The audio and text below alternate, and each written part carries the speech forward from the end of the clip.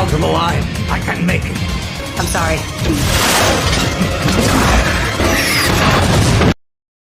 The year is 2012.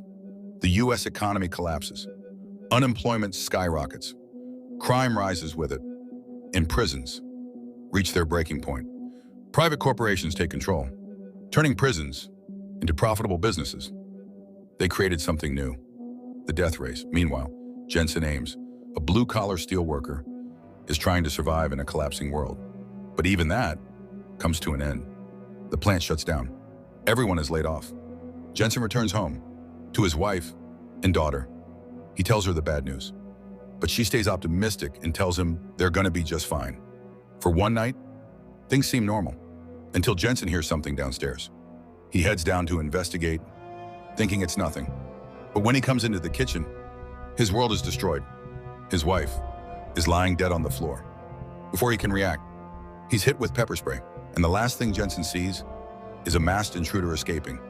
Moments later, police arrive, and Jensen Ames is framed for murder, sent to Terminal Island, home of the death race. Jensen is taken to Terminal Island. Processed, stripped down, and beaten. Because here, weakness doesn't survive. Then he's thrown into his cell. But the prisoners inside were waiting for him. A welcome message. Only they picked the wrong man. They slipped. Terminal Island is controlled by one woman, Warden Hennessy. Powerful, manipulative, and dangerous. In the dining hall, 3 prisoners notice Jensen. One of them recognizes him immediately. Jensen Ames, former pro racer, holder of some of the fastest lap times ever recorded. And inside a place like this, that kind of reputation matters. But Jensen quickly finds trouble again. On another fight, another beating. Only this time, he's taken somewhere different. The warden reads through his file and notices his racing history. Then, she makes him an offer. One of her drivers, a fan favorite, has died during an operation. But nobody knows, and nobody has to, because she wants Jensen to take his place, to wear the mask, to become Frankenstein, the most famous driver in the death race. His return is highly anticipated, and the warden plans to keep the legend alive. Jensen refuses. He wants no part in her game. Disappointed, the warden gives him one more detail. Win 5 races, and you walk free. Frankenstein already has 4 wins, and with freedom finally within reach, Jensen agrees. The warden introduces him to his new crew, Coach, Lists, and Gunnar, the people responsible for keeping Frankenstein alive. They already know who he is. No explanations, no questions. They simply look at him and say, "Welcome back, Frank." As the crew shows Frank around the massive garage, they stop and a whole wing of the garage is blocked off from view, and construction is taking place behind it. Nobody knows who or what is happening behind the cover. Then, they show Jensen the car, a modified Ford Mustang, 800 horsepower, 790 Newton meters of torque, and equipped with nitrous. The windows are bulletproof, the body reinforced with steel plating. And at the rear, a 6-inch solid steel shield, known as the Tombstone, built to survive impacts and kill anyone unlucky enough to stay behind it. For defense, the car can release oil, smoke, and napalm. And for offense, belt-fed machine guns mounted directly onto the hood. This wasn't just a race car, it was a weapon. But no matter how powerful the cars are, Warden Hennessy stays in control. Every vehicle is fitted with a kill switch, and with a death rate of nearly 65%, every race is a fight for survival. Every driver has a female co-driver beside them, partly for navigation, mostly for ratings. Fast car, guns, violence, and pretty girls. Exactly what the audience wants. Jensen asks about the competition. First, 14K, a Chinese-American racer and triad member, the only driver with an MIT education, 4 kills off track, and another 7 during races. Then, Hector Grimm, known as the Grim Reaper, a clinical psychopath, serving 3 consecutive life sentences, 6 kills outside prison, 12 more on the track. Pacheco, member of the Brotherhood, 9 kills during races, and nobody knows how many outside them. And finally, Travis Colt, former NASCAR driver, until a drunk driving incident destroyed his career. Technically, the best driver in Death Race, but with a violent temper.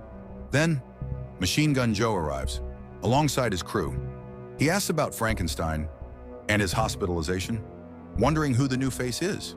Coach quickly lies, telling him Jensen is just a mechanic. Joe smirks and leaves them with a warning. Tell Frankenstein, next time, it won't be the infirmary, it'll be the morgue. It's the day of the first race. And Jensen is transformed into Frankenstein. The suit, the mask, and Frankenstein's signature ring. Then, with the mask hiding his identity, he's let out, and the entire prison erupts, cheering his name. Frankenstein is back. The drivers line up at the starting grid, and the co-drivers are introduced, sending the inmates into a frenzy. Jensen's navigator gets in, introducing herself as Case, but almost immediately, she realizes something. The man beside her isn't the real Frankenstein. Still, she plays along. Inside the car, protected by mirrored glass, Jensen removes the mask. Case looks at him and smiles, telling him he looks better than the last Frankenstein. Then the cameras go live. Welcome to Death Race, broadcast across televisions around the world.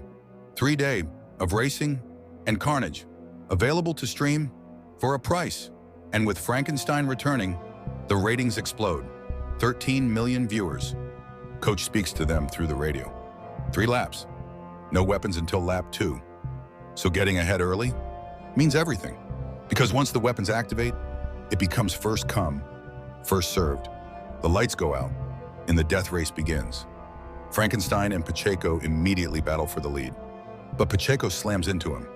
Then 14K joins in, hitting Frankenstein from the other side, dropping him back to 4th place. Machine Gun Joe wastes no time, ramming Frank from behind, everyone trying to slow him down. At the back of the pack, Case guides Jensen through a hidden shortcut. Driving blind, he trusts her, and suddenly, Frankenstein is back in front, leading the race. But Machine Gun Joe catches up fast, repeatedly trying to force Frankenstein into the wall and into the gravel. Jensen fights back, trying to shove Joe off the road. But Joe's truck is too heavy. Lap 1 ends, and the warden activates the weapons, swords and shields. Drive over the icon to activate your weapons or defensive tools. And instantly, chaos erupts. Cars begin opening fire, drivers activating the traps, turning the race into a battlefield. Then the warden activates. Death hits, special track traps, designed to kill. Grim triggers one, and another driver is crushed completely. Machine Gun Joe retaliates immediately, chasing Grim down with his guns blazing. Grim activates an oil slick, shaking Joe off his back. Then Grim targets Pacheco, but drives directly into spikes, flipping his vehicle, giving 14K the perfect shot. A rocket launches, blasting Grim's car apart. Grim survives. He stumbles into view, screaming to the cameras, "You can't kill me!" As Jensen tries overtaking Pacheco, he notices something. The same hand gesture from the masked intruder. The man from the night his wife died. For a split second, he loses focus, and Machine Gun Joe takes him out. Frankenstein finishes the race in 6th place. After the race, the crew inspects Frankenstein's car and quickly realizes something. The vehicle was tampered with before the race even started. Someone didn't want him to win. Jensen storms into the warden's office, demanding answers. A professional driver, randomly ending up in Terminal Island? Pacheco being involved the night his wife died? He asks her directly, was all of this planned? But the warden denies everything. Cold, calm, like she's done this before. Jensen sees right through it, infuriated. He tells her, "You just woke the real monster." Because now, this isn't just about survival anymore. It's personal. Later, Jensen spots Pacheco in the garage and follows him, straight into a trap. Pacheco and his crew were waiting for him. A brutal fight breaks out. Metal, chains, pure prison violence. And during the fight, Pacheco finally admits the truth. The warden made him do it. She set Jensen up from the very beginning. Jensen is ready to kill him, but before he can, the guards storm in and stop the fight. Race day 2 arrives, but something is different. Part of the garage, usually hidden from view, has been cleared out, leaving behind massive construction rigs and heavy machinery. Whatever they were building, it's ready. Frankenstein starts at the back of the grid, and Pacheco wastes no time taunting him. But when the race begins, Jensen barely accelerates, cruising slowly behind the rest of the field. Inside one of the warehouse sections, he finally confronts Case, asking her directly if she killed the original Frankenstein. She says no, but admits the warden forced her to sabotage Frankenstein's weapons and car in exchange for signing his release papers. That's all Jensen needs to hear. He hits the nitrous and launches back into the race, catching the pack in seconds. He slams Machine Gun Joe into stacked crates, taking him temporarily out, then goes straight for Pacheco.